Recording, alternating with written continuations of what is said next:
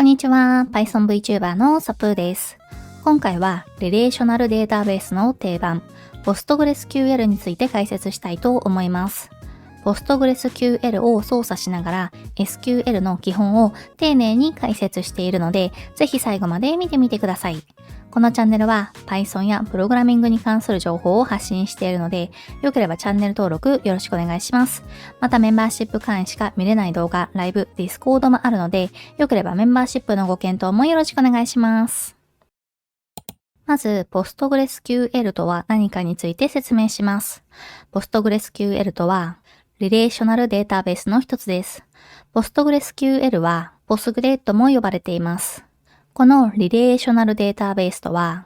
データを表形式で管理して、その表同士の関係性を定義できるデータベースのことです。では、このデータベースというものがなぜ必要なのかというと、例えば何かアプリを作っているときに、ユーザーの情報や商品の情報など様々なデータを管理する必要がありますよね。このデータをファイルに保存することもできますが、ファイルに保存すると、場合によってはデータの整合性が取れなくなったり、データの検索が遅くなったり、不便なことがあります。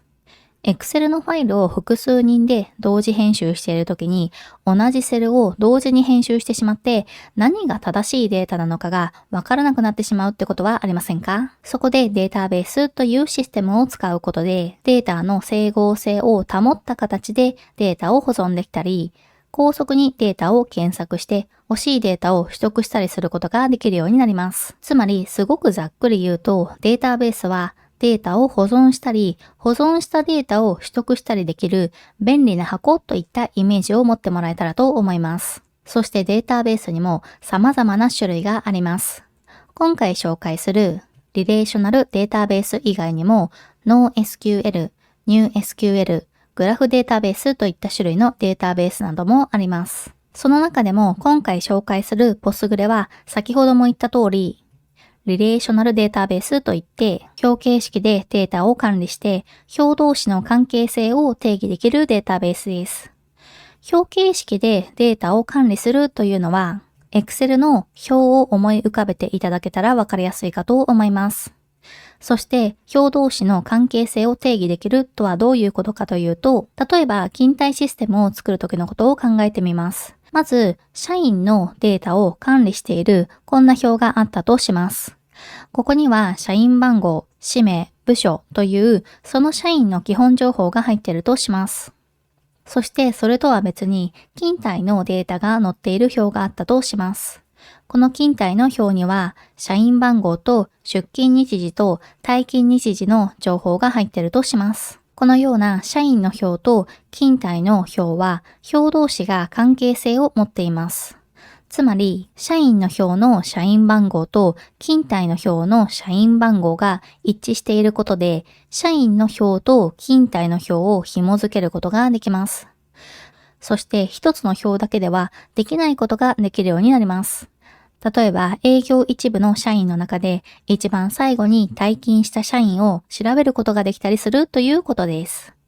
このように複数の表の関係性を定義して、その関係性を使ってデータを取得したり、更新したり、削除したりすることができるのがリレーショナルデータベースの特徴です。で、リレーショナルデータベースであるこの Postgre というデータベースは、オープンソースで開発されているため、無料で利用することができます。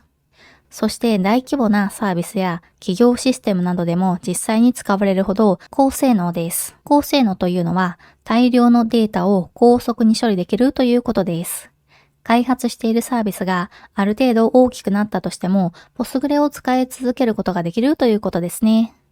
ただ、Postgreにも処理速度には限界があるので、相当大量のデータに対してものすごい高速に処理したいという場合は、Postgreでも不十分に感じることがあるかもしれないということは留意してください。で、実際にPostgreを触る前に、簡単にリレーショナルデータベースの大まかな概念を説明します。この概念を知っておくことで、この後のPostgreの操作の理解がしやすくなると思います。まずデータベースがあって、そのデータベースの中にテーブルというものを作成します。このテーブルが先ほど説明していた表にあたります。つまり、データが入っているテーブルと呼ばれる表が複数あって、そのテーブルを持っているのがデータベースということですね。このテーブルは意味のあるまとまりで作成します。例えば、ユーザーに関する基本情報を登録するためのユーザーズテーブル、商品に関する基本情報を登録するためのアイテムズテーブル、店舗に関する基本情報を登録するためのショップステーブルといった具合です。どの流度でテーブルを作るのが最適なのかというのは絶対的な正解はなくて、テーブル設計といって非常に高度なテーマなので、この動画では詳しく説明しませんが、初心者の人は Excel だったらこのデータで1シート作るだろうなと考える流度でテーブルを作ってみましょう。そしてテーブルには行と列があります。列はカラムと呼ばれて、基本的に一つのカラムに対して同じ種類のデータを入れます。例えば、商品名というカラムには商品名のデータしか入れないし、価格というカラムには価格のデータしか入れないといった具合です。そのため、カラムごとにデータの型を指定します。整数型や文字列型、日付型などデータの種類に応じて適切な型を設定することが重要です。そして行はレコードと呼ばれます。で、SQL という言語を使ってこのテーブルに対してデータの登録や更新、削除、取得などの操作を行います。SQL の書き方はこの後実演を交えながら解説していきますね。では早速、ポスグレを操作していきましょう。まずは、ポスグレをお使いの PC にインストールしましょう。Windows の人は、公式サイトからインストーラーをダウンロードしてインストールします。この公式サイトの URL は概要欄に貼っておきますね。で、この Windows のアイコンをクリックして、ダウンロード The Installer というリンクをクリックして、Windows の部分を選択して、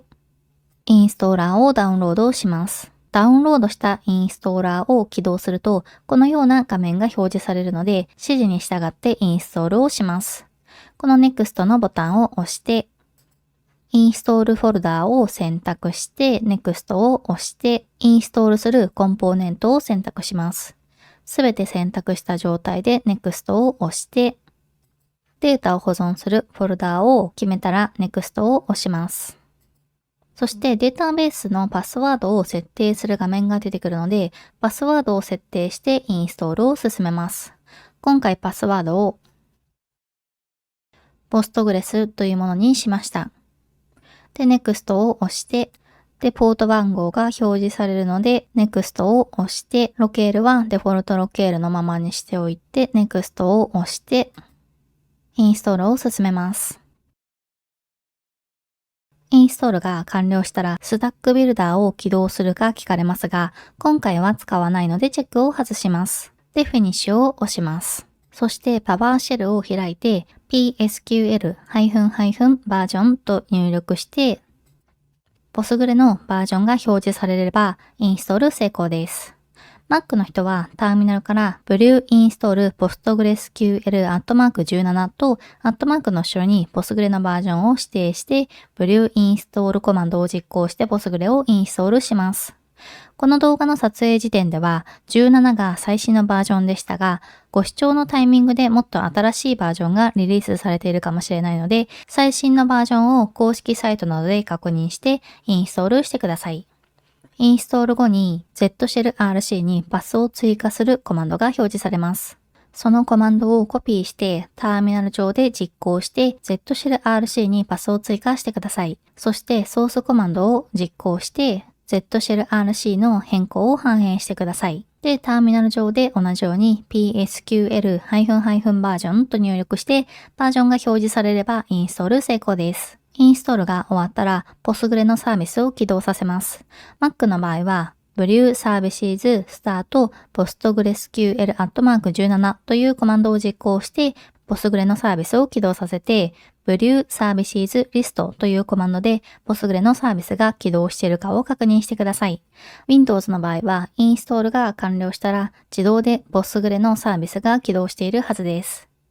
サービスが起動したら Postgre にログインしてみましょう。PSQL-H ローカルホスト -D ポストグレス -U ポストグレスというコマンドを実行してください。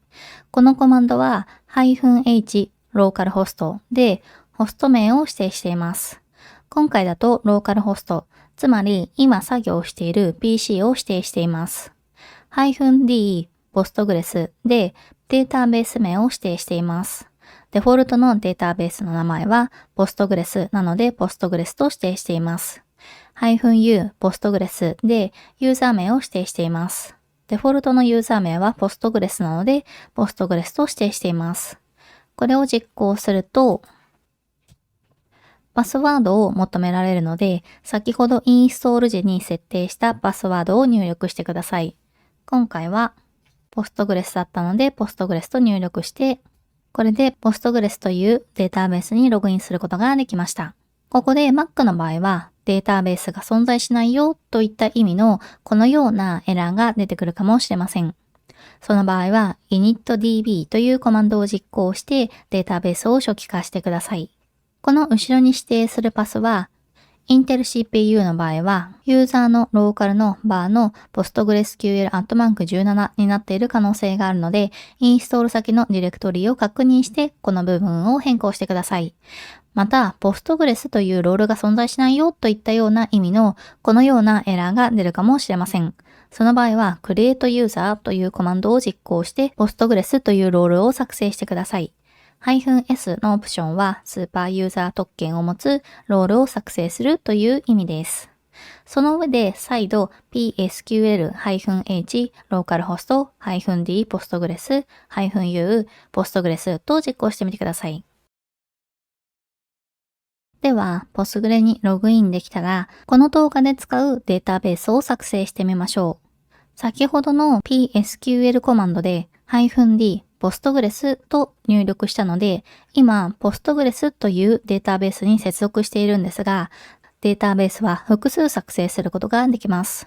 ちょっとわかりにくいかもしれませんが、データベースのサーバーとしては一つなんですが、その中に論理的なデータベースをいくつも作ることができるということです。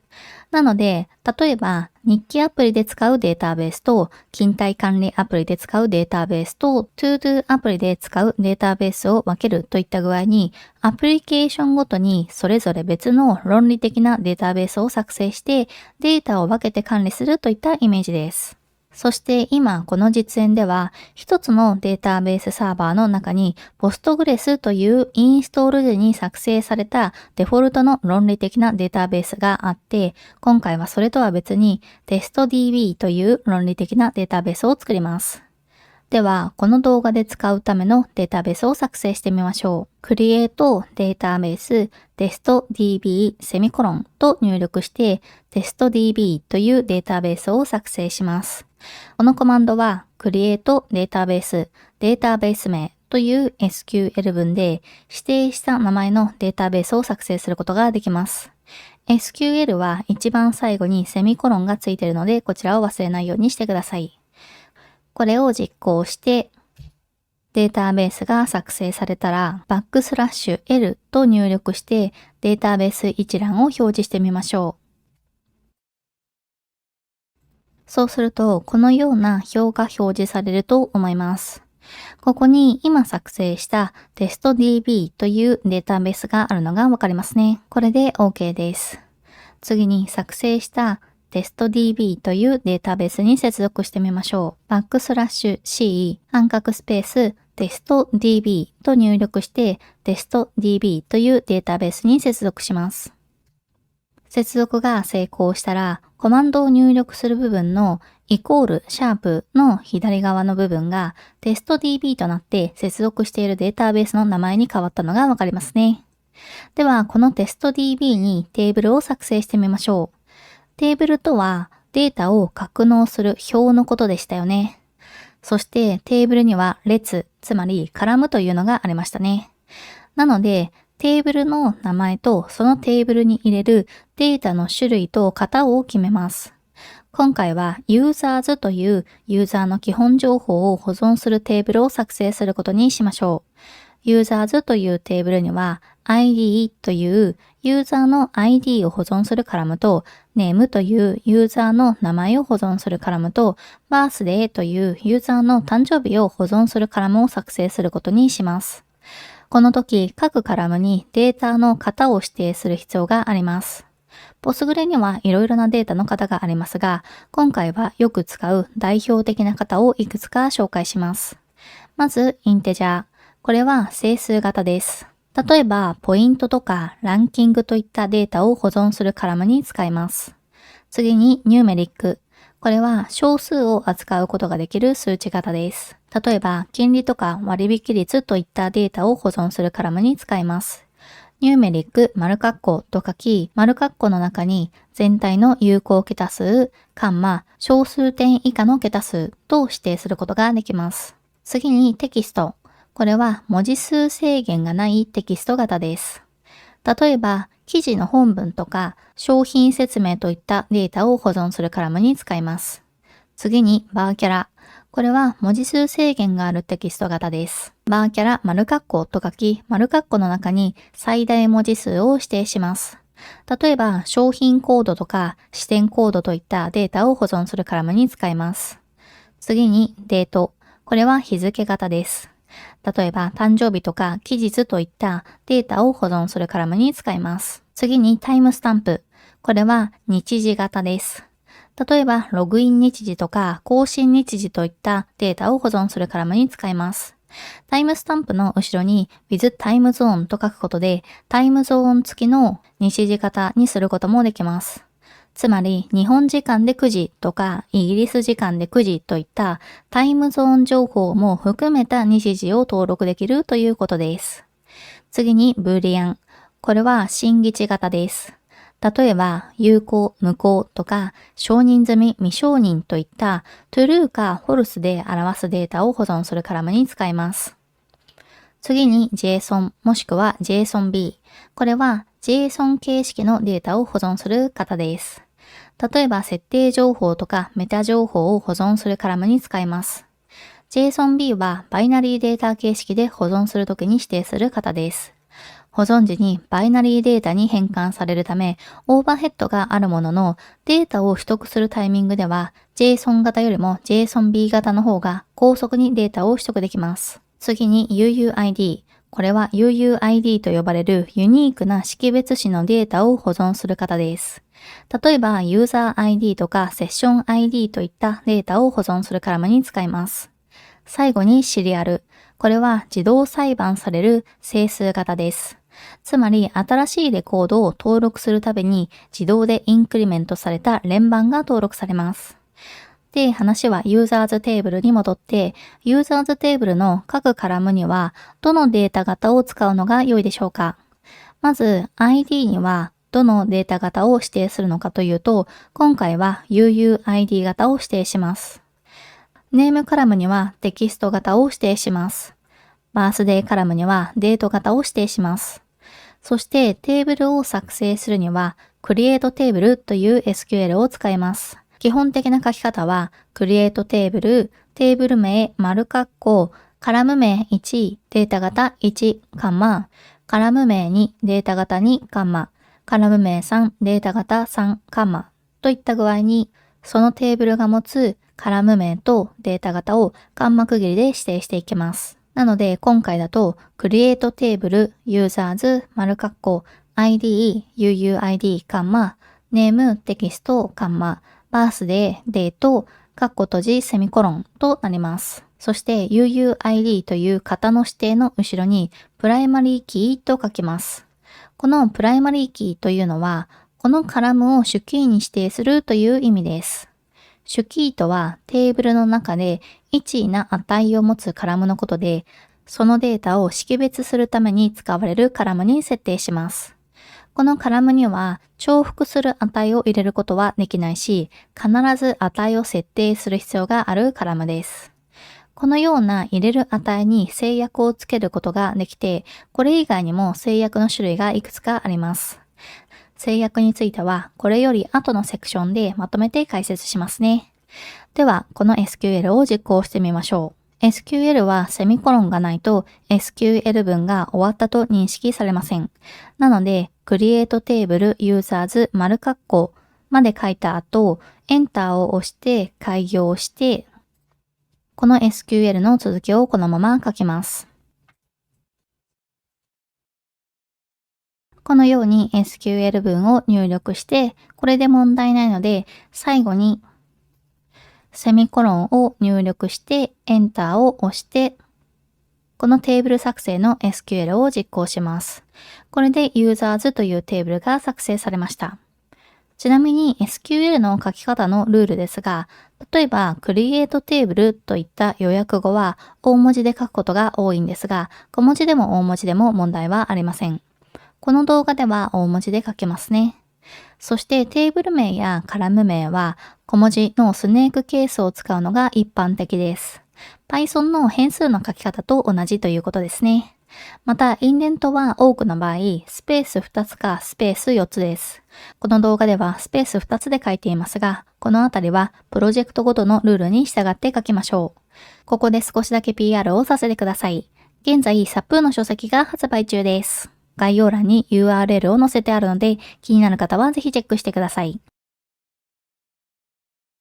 ここからは VS コードの拡張機能を使おうと思います。というのも SQL を書くときにこの方法での操作だとシンタックスハイライトが効かなかったり SQL を書くのが少し不便です。なので一度このポスグレからログアウトします。back/q と入力すると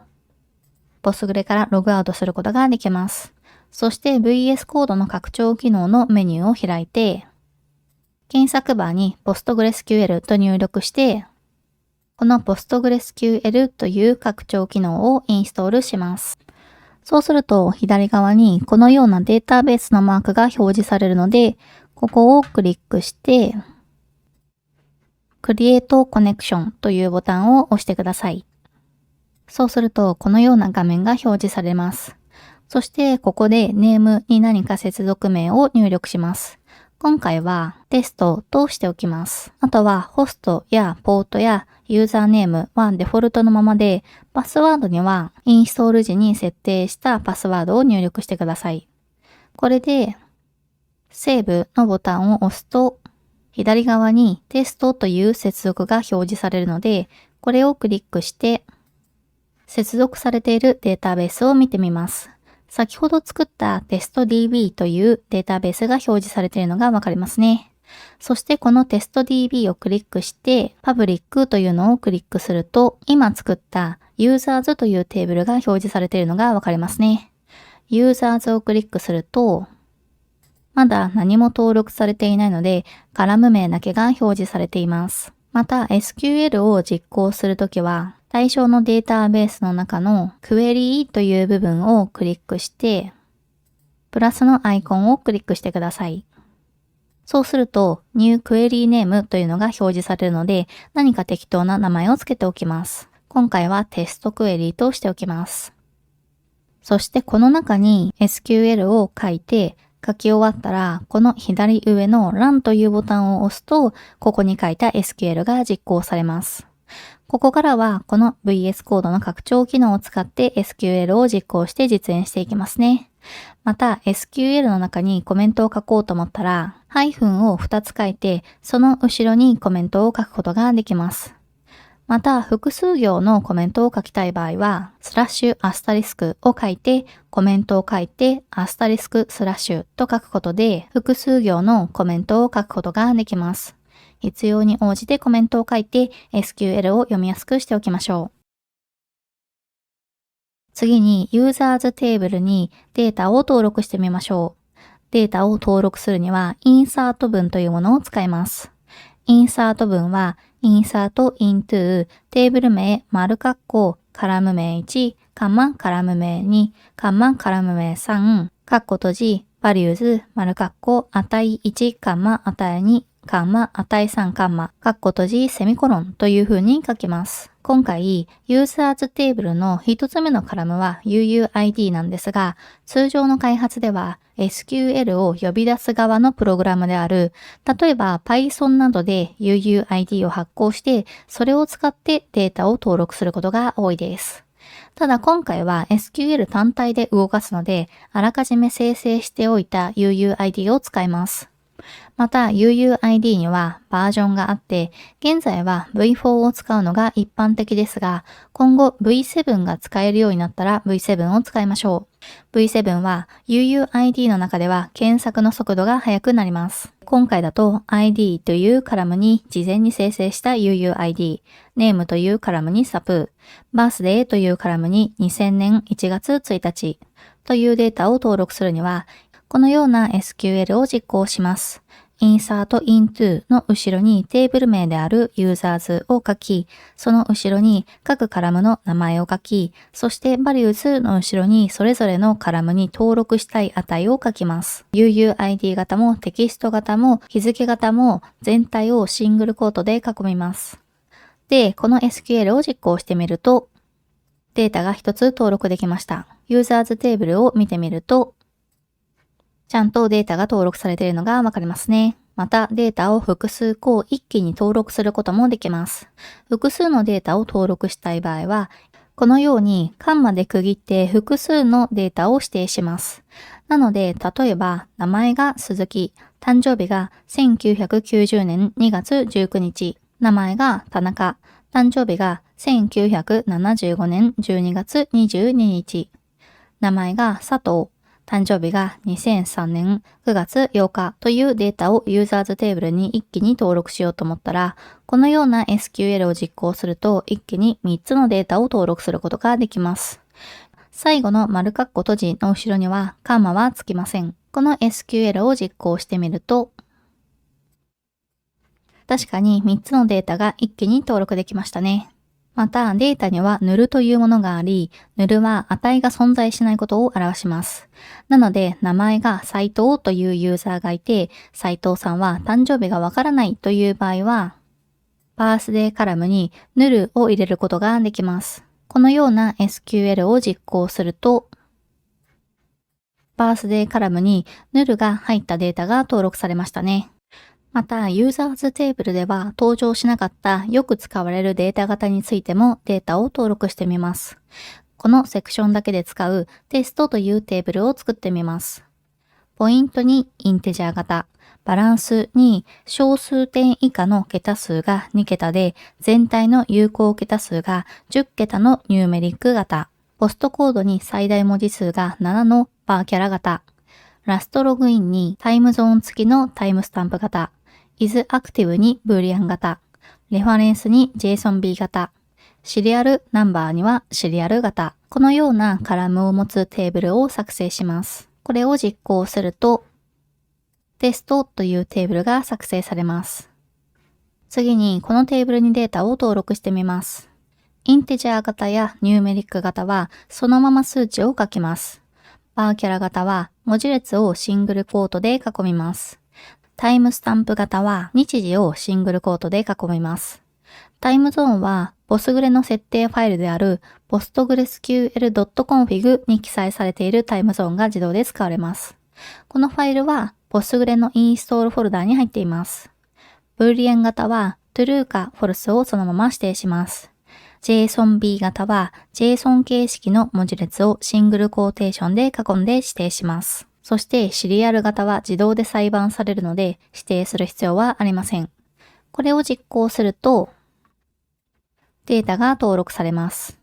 テストテーブルを確認するとこのようにデータがきちんと登録されているのがわかりますね。ラストログインはプラス09となっていてアジア東京のタイムゾーンが使われていることがわかります。また、シリアル型のシリアルナンバーは自動で裁判された1が登録されていますね。先ほども説明した通り、この値はレコードを新しく登録するたびに自動でインクリメントされた連番が登録されます。ちなみに日時ですが、now という関数を使うと現在の日時を取得することができます。なので、ラストログインの値の部分に now を指定してこれを実行すると、自動で現在の日時が登録されました。では、ここまでで登録したデータを SQL で取得してみましょう。データを取得するには、セレクト文というものを使います。セレクト文の基本的な書き方は、セレクトカラム名1、カラム名2、カラム名3、from テーブル名、セミコロンになります。なので、今回だと、このユーザーズテーブルから名前と誕生日のデータだけを取得するには、セレクトネーム、バースデー、from users セミコロンという SQL を実行すれば良いです。これを実行すると、確かに先ほど登録した5件のネームとバースデーが取得できましたね。また、そのテーブルのすべてのカラムのデータを取得する場合、カラム名を書く場所にアスタリスクだけを指定します。なので、セレクトアスタリスク from users セミコロン。これを実行してみると、すべてのカラムのデータが取得できました。ここでいくつかセレクト文でよく使われるものを紹介します。正直 SQL はセレクト文が一番よく使うし、いろいろな書き方があるので、初めはちょっと大変に思うかもしれませんが、ここで紹介しているものはどれもよく使うものなので、ぜひ使い方を覚えておきましょう。まずは wherearc です。wherearc は条件を指定してデータを取得するときに使います。例えば、ユーザーズテーブルからバースデーが2000年以降のデータだけを取得する場合は、Select Asterisk from Users where Birthday 左に開いた山括弧イコール 2000-01-01 セミコロン。このような SQL を実行すれば、バースデーが2000年以降のデータだけを取得することができます。これを実行してみると、確かにバースデーが2000年以降のデータだけが取得できました。この wherearc で使う比較演算子には、等しいという意味を表すイコール、より大きい、より小さいという意味を表す山括弧、以下、以上という意味を表す山括弧イコール、等しくないという意味を表す右に開いた山括弧と左に開いた山括弧、このようなものがあります。また、wherearc には in や between を使うことができます。in はリストの中に含まれる値のいずれかに一致するデータを取得するときに使います。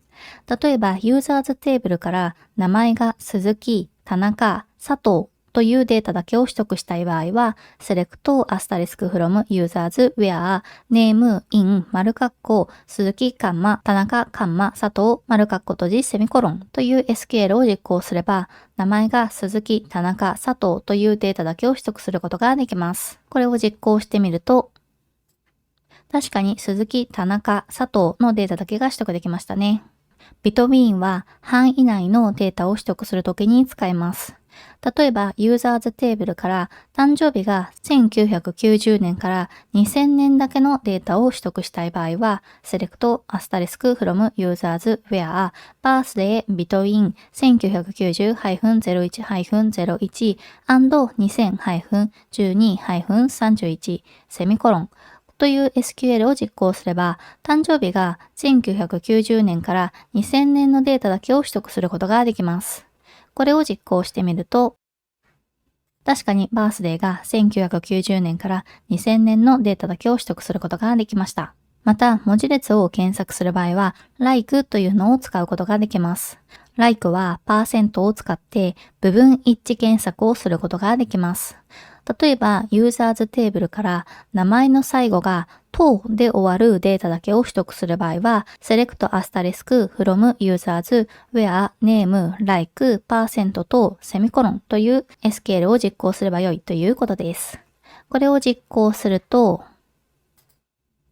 確かに名前の一番最後が等で終わるデータだけが取得できましたね。また、ヌルのデータを取得する場合は、is ヌルを使います。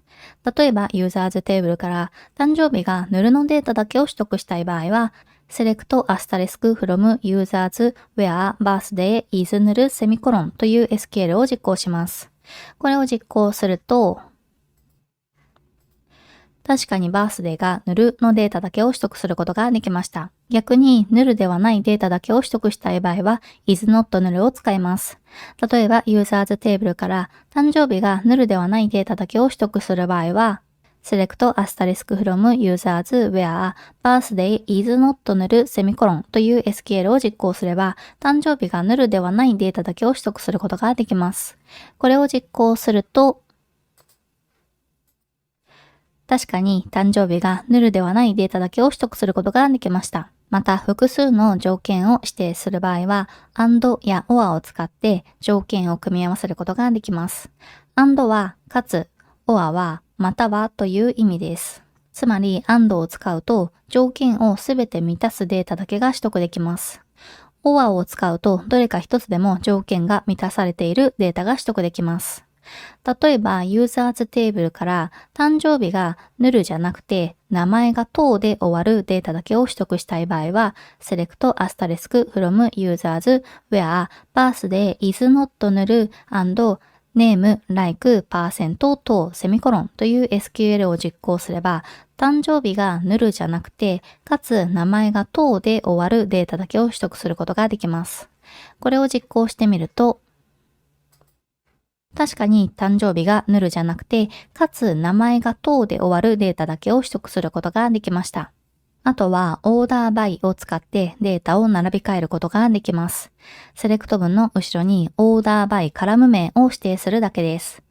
例えば、バースデーカラムで小順に並び替える場合は、select asterisk from users order by birthday セミコロンという SQL を実行すれば、バースデーカラムで小順に並び替えたデータが取得できます。これを実行すると、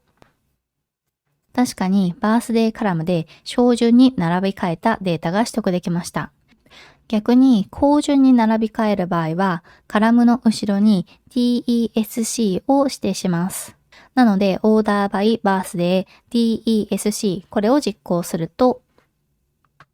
確かにバースデーカラムで後順に並び替えたデータが取得できました。ただし、null のデータがある場合は、null のデータが一番最初もしくは一番最後になるので注意してください。他にはリミットを使って取得するデータ数を制限することができます。セレクト文の後ろにリミット数値を指定するだけです。例えば、users テーブルからデータを3件だけ取得する場合は、select asterisk from users limit 3セミコロンという SQL を実行すれば、データを3件だけ取得することができます。これを実行すると、確かにデータを3件だけ取得することができました。オーダーバイとリミットは組み合わせて使うことが多いです。つまりデータを並び替えてその中から最初の数件だけを取得するといったような使い方をします。例えばバースデーカラムで小順に並び替えたデータの中から最初の3件だけ取得する場合は select asterisk from users order by birthday limit 3セミコロンという SQL を実行すればバースデーカラムで小順に並び替えたデータの中から最初の3件だけ取得することができます。これを実行すると確かにバースデーカラムで小順に並び替えたデータの中から最初の3件だけを取得することができました。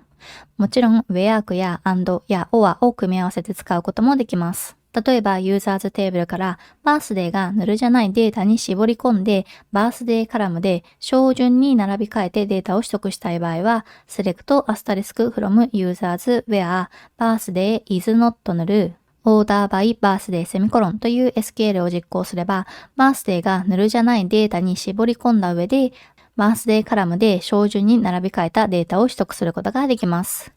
これを実行すると、確かにバースデーがnullじゃないデータだけに絞り込んで、バースデーカラムで小順に並び替えたデータを取得することができました。データを更新するにはアップデート文を使います。アップデート文の基本的な書き方は、アップデート、テーブル名、セット、カラム名1イコール新しい値、カンマ、カラム名2イコール新しい値2、カンマ、カラム名3イコール新しい値3、where 条件セミコロンです。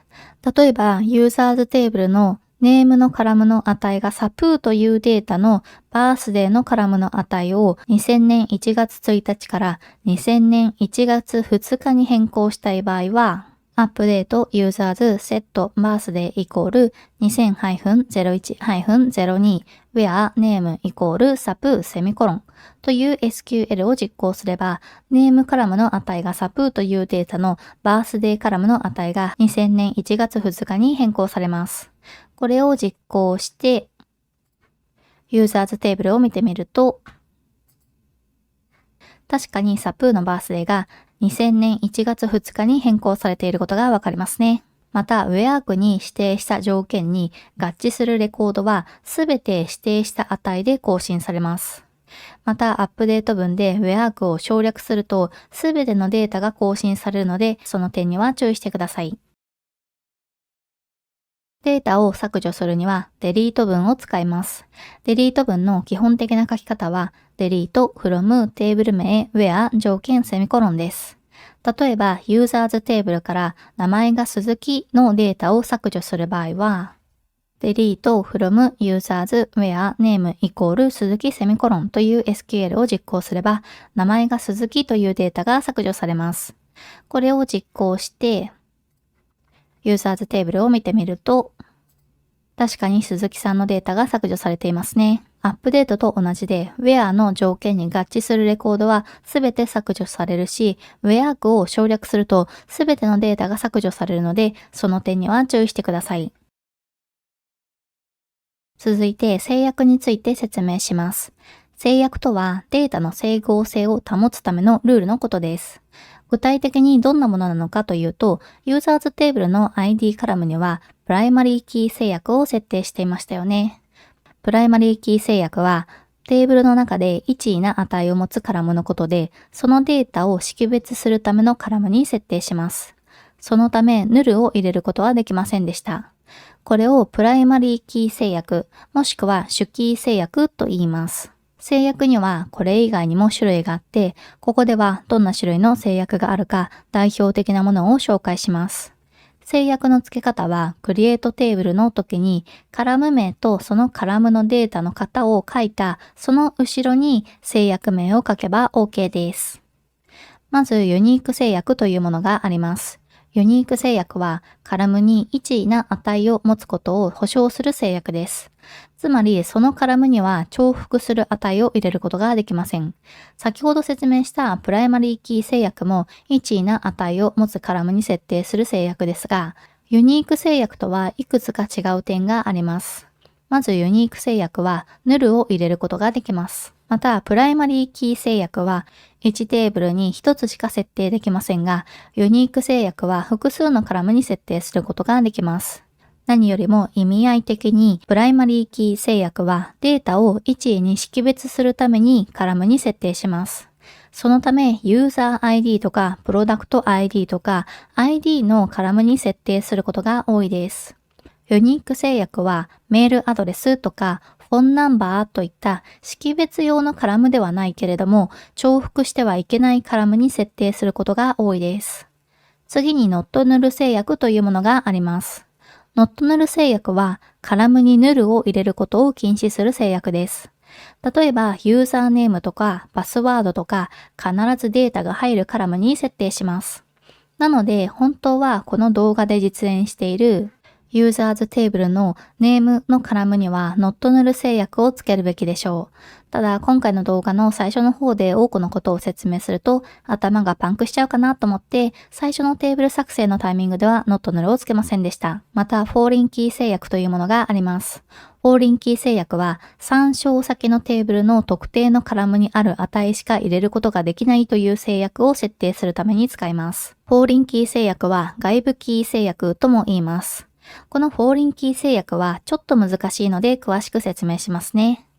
例えば今ユーザーズテーブルというユーザーの基本情報を保存するテーブルを作成していましたよね。それとは別に勤怠管理のためのアテンダンシーズテーブルというテーブルを作ったとします。このアテンダンシーズテーブルには誰がいつ出勤したか、いつ退勤したかということがわかるデータを保存しようと思います。カラムは ID という出勤データの ID、ユーザー ID というユーザーの ID、出勤か退勤かを表すログタイプ、出勤時間もしくは退勤時間を表すクロックタイムとします。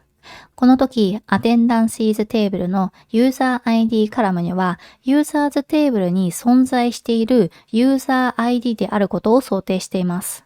当たり前ですが、存在していないユーザーの勤怠データを管理することはありませんよね。なので、アテンダンシーズテーブルのユーザー ID カラムには、ユーザーズテーブルの ID カラムにある値しか入れることができないという制約を設けたいとします。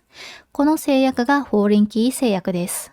つまり、フォーリンキー制約は、参照先のテーブルの特定のカラムにある値しか入れることができないということですね。この制約をどのようにつけるのかというと、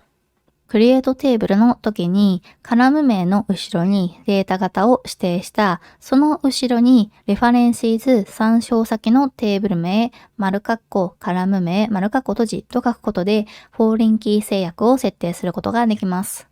なので、例えば、アテンダンシーズテーブルのユーザー ID カラムに、ユーザーズテーブルの ID カラムにある値しか入れることができないようにしたい場合は、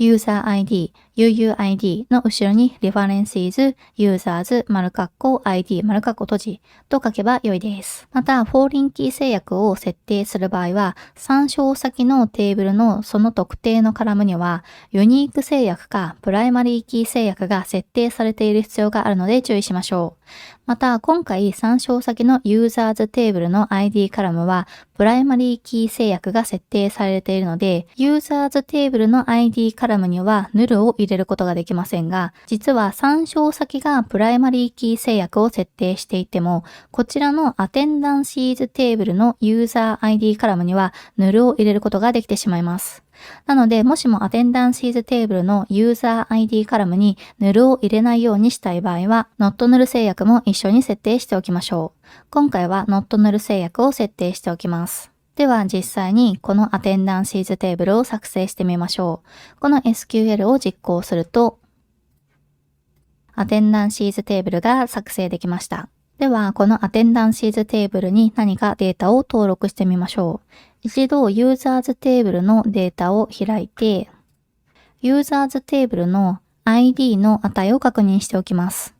そして今回はこの田中さんの ID を使ってアテンダンシーズテーブルにデータを登録してみましょう。なので田中さんの ID をコピーしておきます。このデータの部分を右クリックするとメニューが出てくるのでコピーというのを押すと値のコピーができます。データの登録にはインサート文を使えば良いのでInsert into Attendances ID User ID Log Type Clock Time Values でこの中にこの出勤データ用の ID と先ほどコピーした田中さんの ID と出勤と2025年3月5日の9時というデータを指定します。そうすると田中さんが2025年3月5日の9時に出勤したというデータが登録できます。これを実行するとSQL が実行されました。念のためアテンダンシーズテーブルを確認してみると、ちゃんとデータが登録されているのがわかりますね。続いてジョインについて説明します。ジョインは複数のテーブルを結合してデータを取得するための機能です。ジョインは初めて聞くとちょっと難しいかもしれません。なので図を使って説明しますね。今、ユーザーズテーブルとアテンダンシーズテーブルがありますね。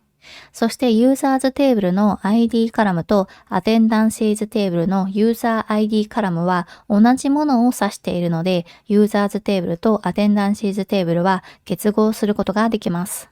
ただ、ジョインを説明する際に、このままのテーブルだと説明しづらいので、ここはあえてジョイン説明用のユーザーズテストテーブルとアテンダンシーズテストテーブルを作成して説明します。カラムはこれまでと同じなんですが、ユーザーズテストテーブルからはプライマリーキー制約を削除して重複した ID が入れられるようにしておいて、アテンダンシーズテストテーブルからはフォーリンキー制約を削除してユーザーズテストテーブルに存在しないユーザーのデータが入れられるようにしておきます。そしてユーザーズテーブルには、あえて鈴木さんと同じ ID のデータが2つあるとします。また、アテンダンシーズテストテーブルには、あえてユーザーズテストテーブルには存在しないユーザーのデータがあるとします。このようなテーブルを想定して説明を進めていきます。で、ジョインにはいくつか種類があります。まずはレフトジョインについて説明します。レフトジョインは左のテーブルを基準にして右のテーブルを結合する方法です。例えば左にアテンダンシーズテストテーブル、右にユーザーズテストテーブルがあるとして、アテンダンシーズテストのユーザー ID カラムとユーザーズテストの ID カラムを使ってレフトジョインで結合する場合は、イメージとして結合後はこのような形になります。左のテーブルの田中さんのユーザー ID を持つレコードには、右のテーブルの田中さんのレコードが結合されます。左のテーブルの鈴木さんのユーザー ID を持っているレコードは1レコードしかないのですが、右のテーブルにはそれと同じ ID が2行あるので、結合後は鈴木さんのユーザー ID を持つレコードが2行になってそれぞれ結合されてこのような結果になります。また、左のテーブルには存在しているけれども、右のテーブルには存在していない一番下のレコードは、結合後の右のテーブルのカラムはすべてヌルが入ります。左にあるアテンダンシーズテストテーブルが基準になっているというイメージができますかね。では SQL 文でどのように書くか説明します。先ほどの図で説明した通り、ここではあえてユーザーズテストテーブルには鈴木さんと同じ ID を持つデータが2つあります。また、アテンダンシーズテストテーブルには、ユーザーズテストテーブルにないユーザーのデータを登録しておきました。では、まず、左側のテーブルのセレクト文を書きます。今回は左側のテーブルをアテンダンシーズテストテーブルにします。次に、レフトジョインを書いて、結合する右側のテーブルを指定します。今回は右側のテーブルをユーザーズテストテーブルとします。そして、ON を書いて、結合するカラムを指定します。左側のテーブル名、ドットカラム名イコール右側のテーブル名、ドットカラム名といった形で書きます。ON の後ろに書く左辺と右辺は逆でも問題ありませんが、この方がわかりやすいでしょう。今回はアテンダンシーズテストテーブルのユーザー ID カラムとユーザーズテストテーブルの ID カラムを結合するので、アテンダンシーズテスト .user_id イコール users_test.id と書きます。これでアテンダンシーズテストテーブルとユーザーズテストテーブルを結合することができます。これを実行すると、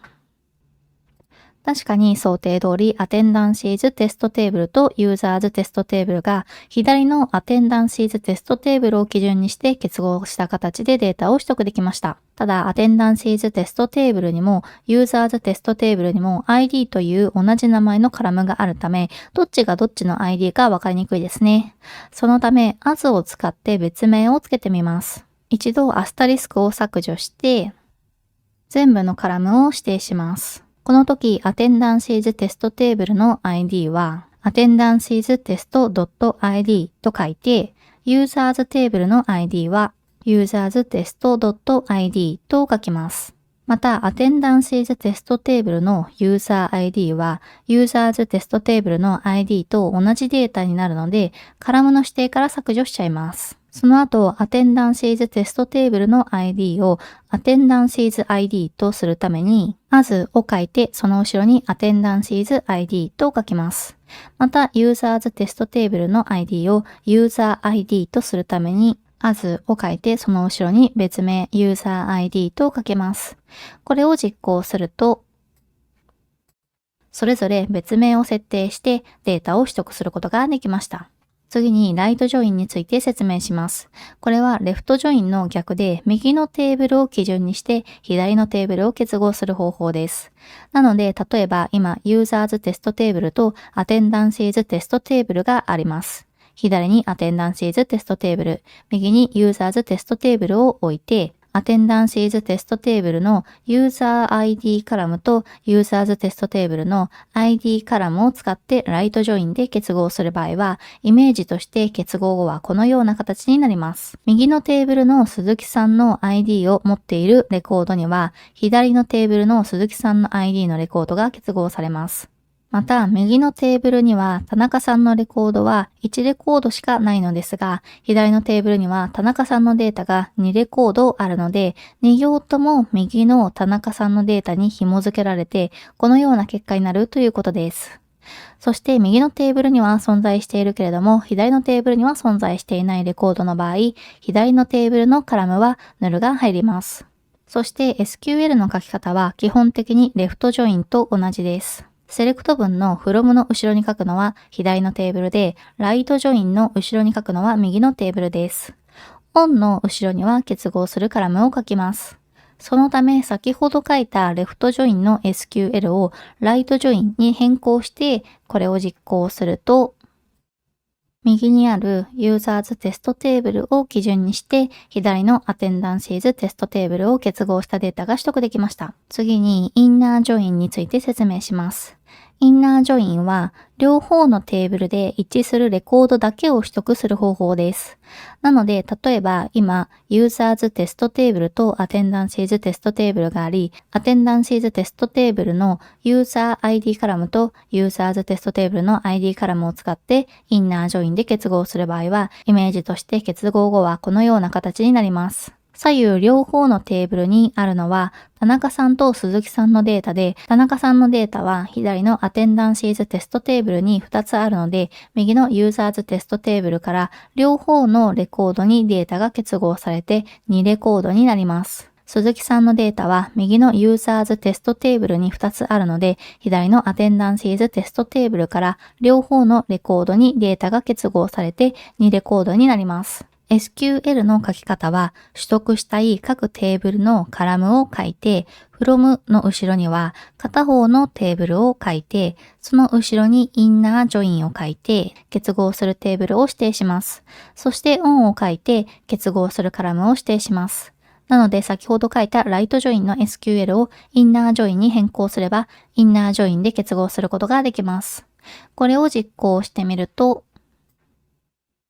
確かに両方のテーブルで一致するレコードだけを取得することができました。最後にフルジョインについて説明します。フルジョインは両方のテーブルのすべてのレコードを取得し、一致しない部分はヌルで埋める結合方法です。なので、例えば今、Users テストテーブルと Attendances テストテーブルがあり、Attendances テストの User ID カラムと Users テストの ID カラムを使ってフルジョインで結合する場合は、イメージとして結合後はこのような形になります。田中さんと鈴木さんのレコードはインナージョインと同じ形で、佐藤さんとサプーのデータは左側のアテンダンシーズテストテーブルには存在しないので、左のアテンダンシーズテストテーブルのカラムはヌルが入ります。一番下のデータは右のユーザーズテストテーブルにはないので、右のユーザーズテストテーブルのカラムにはヌルが入ります。SQL の書き方は取得したい各テーブルのカラムを書いて、from の後ろには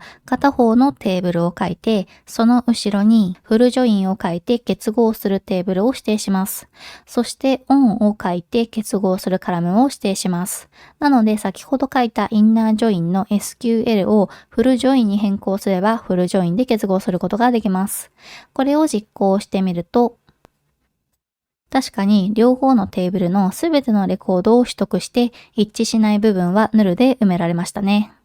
先ほども言ったみたいにジョインは結構難しいので、わからない部分は図を見返したり自分で SQL を書いたりしてみて理解を深めましょう。テーブルに新しいカラムを追加するにはオルターテーブル文を使います。オルターテーブル文の基本的な書き方は、オルターテーブル、テーブル名、アド、カラム、カラム名、データ型、セミコロンです。例えば、ユーザーズテーブルに部署という意味のデパートメントというカラムを追加するケースを考えてみます。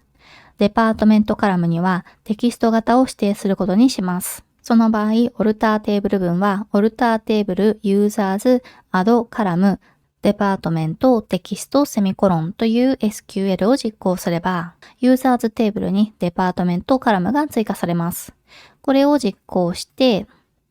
で、ユーザーズテーブルを確認してみると、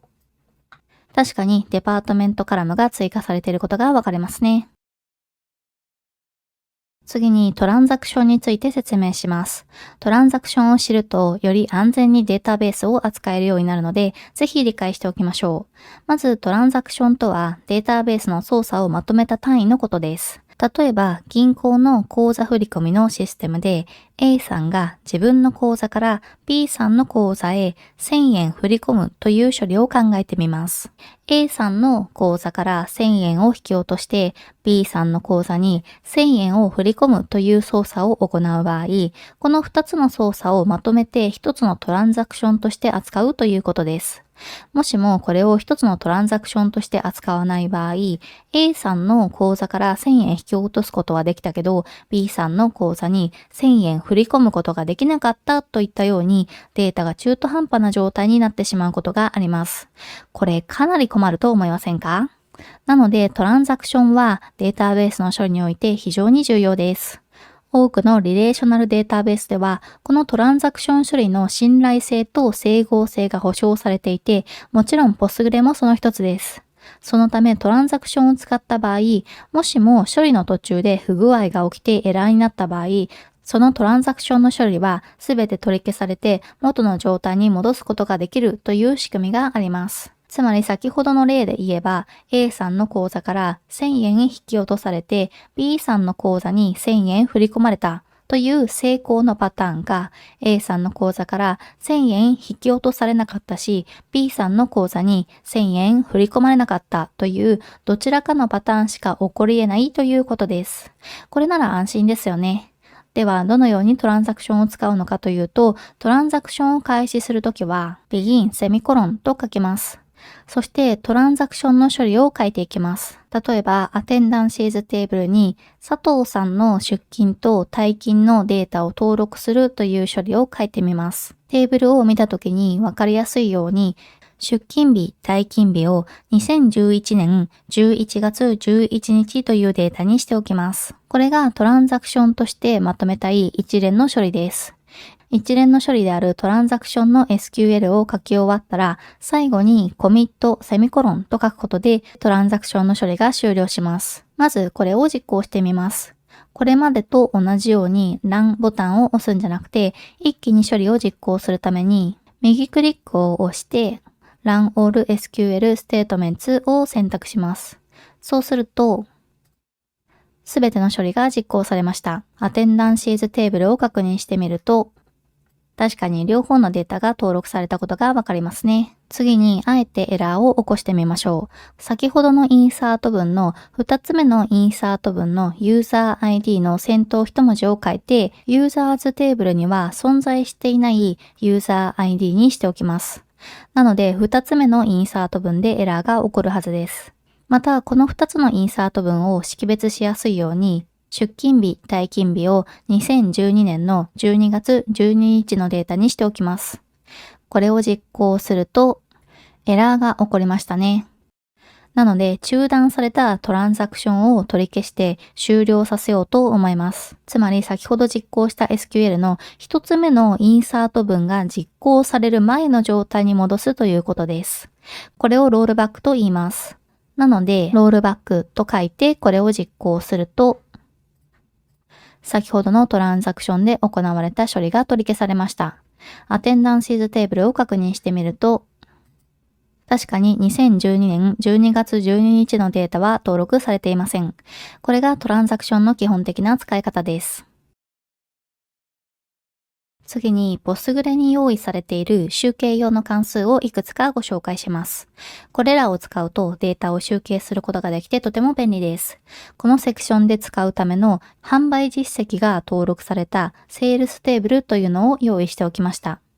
セールスデータを識別する ID、誰が売上を上げたかを表すユーザーネーム、売上の金額を表すアマウント、売上があった日を表すセールスデート、というカラムがあります。ユーザーネームですが、本当は先ほどのアテンダンシーズテーブルのユーザー ID のように、ユーザーズテーブルの ID と紐づく外部キーとした方が良いんですが、ここではこのテーブルだけで何をしているのかがわかるように、直接名前を文字で登録する形にしました。まず集計用の関数でよく使われるのはカウントです。カウントは行数やヌル以外の値の個数を介します。例えば、セールステーブルに何件のレコードがあるかを知りたい場合、セレクトカウント丸括弧アスタリスク from sales セミコロンとカラムを指定する部分にカウント丸括弧アスタリスクと指定します。これを実行すると10と表示されましたね。確かに、セールステーブルには10件のレコードがあります。また、カウント、丸括弧の中に指定しているアスタリスクを特定のカラムにします。例えば、アマウントはヌルを1つ含むので、実際に値が入っているのは9個です。そのためアスタリスクをアマウントに変更してこれを実行してみると、9が出力されました。また、重複排除した個数をカウントすることもできます。例えば、セールステーブルの中のユーザーネームには何人のユーザーがいるのかを数えたかったら、カウントの丸括弧の中にユーザーネームと書いて、このユーザーネームの前にdistinctをつけてください。distinctをつけることで、ユーザーネームを重複排除して個数をカウントしてくれます。これを実行すると、3と出力されました。確かにユーザーネームには鈴木さん、佐藤さん、田中さんの3人しかいませんね。次によく使う集計用の関数は sum です。sum は数値の合計を返します。例えば、セールステーブルの中のアマウントカラムの値をすべて合計したかったら、カラムを書く場所に sum 丸括弧カラム名と書きます。これを実行すると、45,000と出力されましたね。先ほどのカウントもそうですが、もちろん where などと一緒に使うこともできます。例えば、佐藤さんの売上だけを合計したい場合は、where ユーザーネームイコール佐藤を追加すれば良いです。これを実行すると、佐藤さんの売上だけの合計が表示されました。次に紹介するのはアベレージという関数です。アベレージは平均を返します。使い方はこれまでと同様にカラムを指定する部分にアベレージ丸括弧カラム名と指定するだけです。なので、セールステーブルのアマウントカラムの平均を計算したかったらアベレージ丸括弧アマウントと指定すれば良いです。これを実行すると、確かに平均が表示されました。また、max と min という関数もあります。max は最大値、最新の値を返して、min は最小値、最高の値を返します。使い方はこれまでと同様に、カラムを指定する場所に、max 丸括弧カラム名、min 丸括弧カラム名を指定します。アマウントの最大値と最小値を取得するには、max 丸括弧アマウント、min 丸括弧アマウントと書けば良いです。これを実行すると、確かにアマウントの最大値と最小値が取得できましたね。また、グループ by は集計用の関数と一緒によく使われます。グループ by はカテゴリーごとの集計結果を取得したいときに使えます。例えば、今、セールステーブルの中のユーザーネームごとのアマウントの合計を取得したいと思います。その場合、まず先ほど説明した通り、アマウントの合計を取得する SQL を書きます。この時に、ユーザーネームも追加します。そして、この SQL の後ろに、グループ by を書いて、どのカラムでグループ化するかを指定します。今回はユーザーネームでグループ化したいので、グループ by ユーザーネームと書きます。これを実行すると、佐藤さんの売上合計、田中さんの売上合計、鈴木さんの売上合計がそれぞれ表示されましたね。もしも合計だけじゃなくて平均も一緒にユーザーネームごとに取得したかったら、sum の下にアベレージを追加して、アベレージアマウントと書けば良いです。これを実行すると、ユーザーネームごとに売上の合計と平均が表示されましたね。また、ここまで SQL の実行をこの拡張機能を使って実行していましたが、psql コマンドでファイルに書かれた SQL を実行することもできます。一度 VS コードのエクスプローラーを開いて、.sql という拡張子のファイルを作成します。今回は sample.sql というファイルを作成しました。この中に何か適当に SQL を書いてみます。ユーザーズテーブルから全レコードを取得するセレクト文を書いておきました。そしてこのファイルを保存します。そしてコマンドラインツールを開いて、このファイルが置いてあるフォルダーまで cd コマンドで移動します。そして psql-u postgres-d testdb-f sample.sql と入力してこれを実行します。これは PSQL コマンドを使って Postgres という名前のユーザーで TestDB という名前のデータベースに対して sample.sql というファイルに書かれている SQL を実行するという意味です。これを実行するとパスワードを聞かれるのでパスワードを入力してそうすると確かにユーザーズテーブルの全レコードが取得されましたね。このように .sql ファイルに書かれた SQL を psql コマンドで実行することもできます。最後に Python から Postgre に接続して SQL を実行する方法を説明します。まず Python から Postgre に接続するためには psychopg2 というライブラリを使います。pip install psychopg2 というコマンドで事前に psychopg2 のライブラリをインストールしておきます。で、インストールが終わったら main.py というファイルを作成してimport psychopg2 と書いて psychopg2 をインポートします。